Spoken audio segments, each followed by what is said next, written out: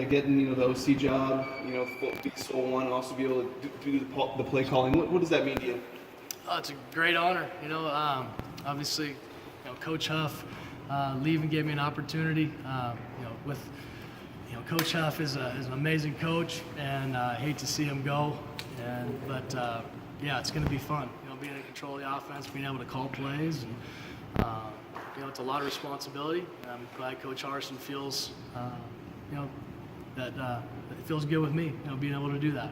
Harsin said, on the third downs, when you were in charge of that last year, he was comfortable with what you were able to do. How much of a groove were you able to get in? And, when you started here, you're talking about you were learning the offense just like Sure. the new guys. So how much more comfortable did you get as the year kind of progressed? Yeah, the year was awesome.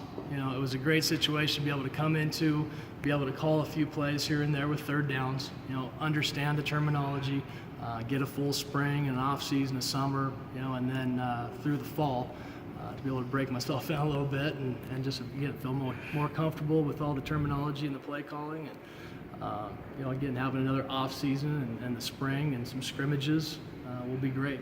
So I'm looking forward to that. There's a lot of players that are gone on the offensive side of the ball, but you do have your quarterback back. How much does that help when you're getting into a season when you have a returning quarterback? It's huge. Having Brett back and a guy, an operator that can go out there and understand the play call, get guys right, if they're misaligned, handle the motions and shifts, and really just being able to go out there and execute. Even if we've got some new bodies out there, obviously some injuries that are, to some main guys that are, sitting out, but that's going to be really, really nice for the young guys and helping to build depth. And those guys know that they need to step up and make plays. But it's a great experience for the young guys being able to get in there and get a whole lot more reps through spring. The older guys are already doing a great job of coaching, on the sideline and being those mentors, even if they are, a little banged up.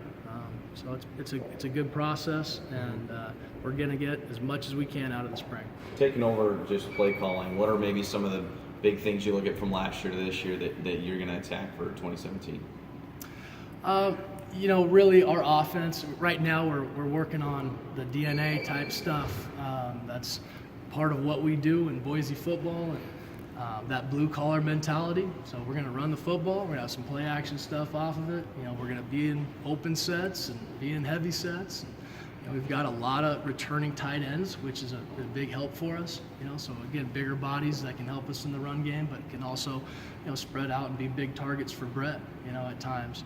So we're going to try to stay as versatile as possible and be as unpredictable as possible.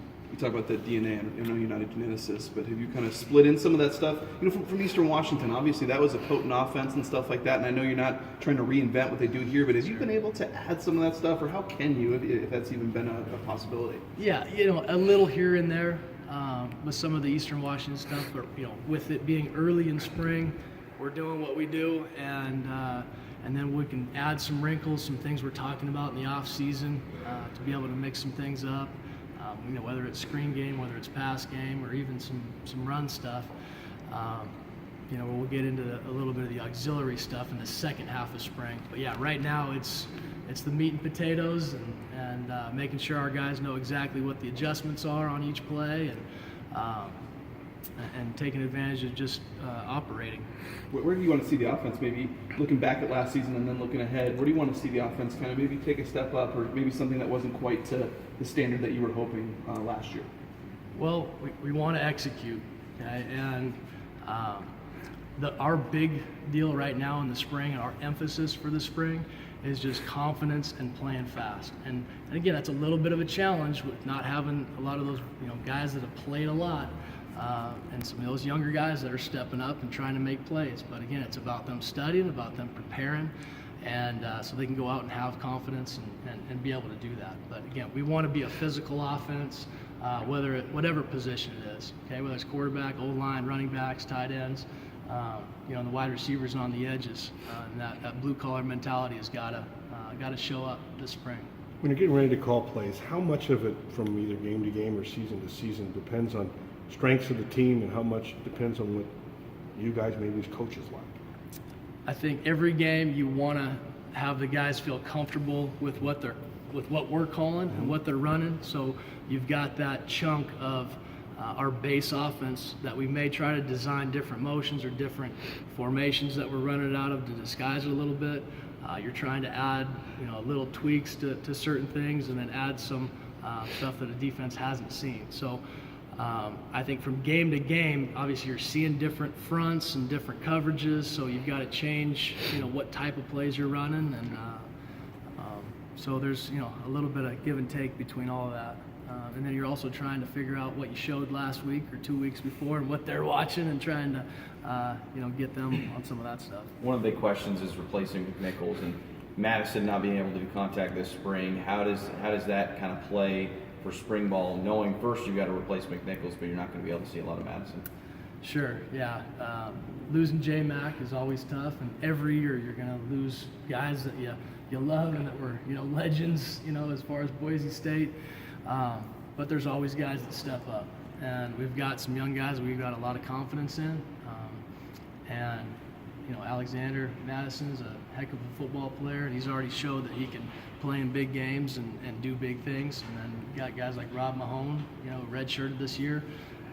We've got a ton of confidence in him and what he can do.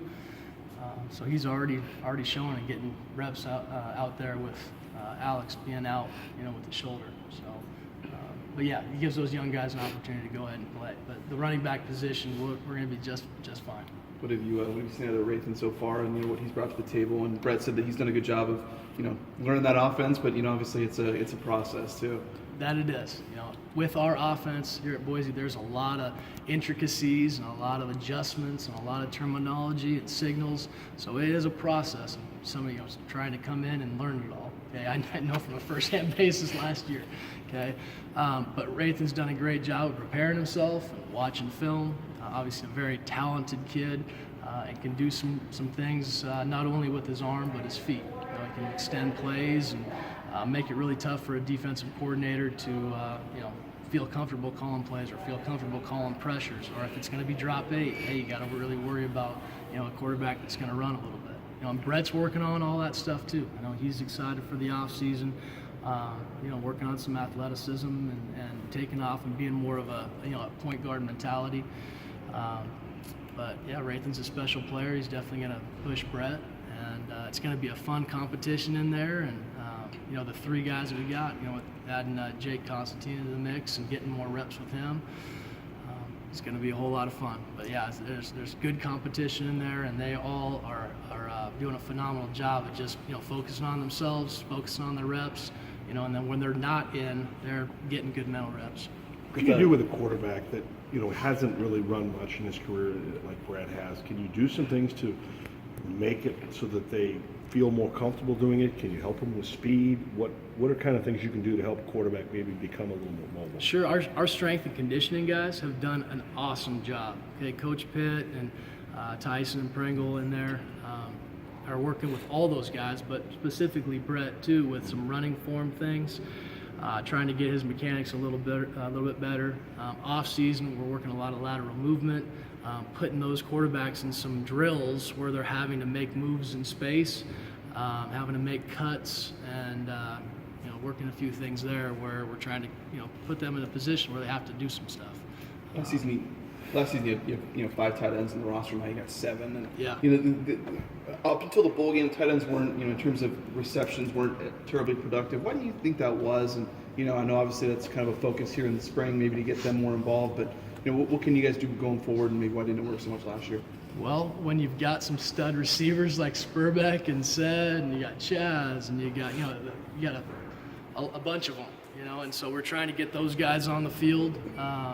And trying to get those guys receptions too. So you got to play off your personnel, and what the best personnel you're trying to put on the field and, to be successful as an offense. And right now, with Sed being out, and obviously we don't have Spurbeck and some of those guys, we do have some big body tight ends that are very athletic, and Jake Knight showed a ton last year. And you got Alec Danes, and you got Rowe back, and he's healthy, and so you've got some guys that can go out and be big targets for our quarterbacks.